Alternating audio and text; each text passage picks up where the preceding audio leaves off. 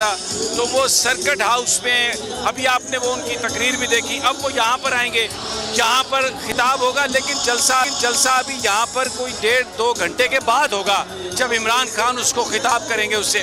लेकिन लोगों की आमद इतनी ज़्यादा है, जज्बात इतने ज़्यादा, मैं इससे पहले नीचे यहाँ पे लोगों के बीच में और चाह रहा था कि लोगों से बात करूं, लेकिन यहाँ पे मैं आपको बताना चाहता हूँ कि दिल धरने की जगह नहीं है। और मैं आपको बताऊं, ये इतने ज़बरदस्त लोग हैं, ये आप देखें, बोल न्यूज़ जिंदाबाद के नारे लगे हुए हैं, सहाफ़ियों के नामों के नारे लगे हुए हैं, इमरान रियाज खान के नारे लगे हुए हैं, अरशद शरीफ के नारे लगे हुए हैं, साबिर शाकिर के नारे लगे हुए हैं, जमील फारूकी पर तशद्दुद हुआ उसके नारे लगे हुए हैं, आरिफ हमीद भट्टी अफेयर हुआ उसके नाम के नारे लगे हुए हैं। और ये इतने मोहब्बत करने वाले लोग हैं, रास्ता बनाते हैं। और यकीन करें, यहाँ पर आके आपको ये एहसास होता है कि अगर आप सच के साथ हैं तो लोग आपकी कितनी पजीराई करते हैं।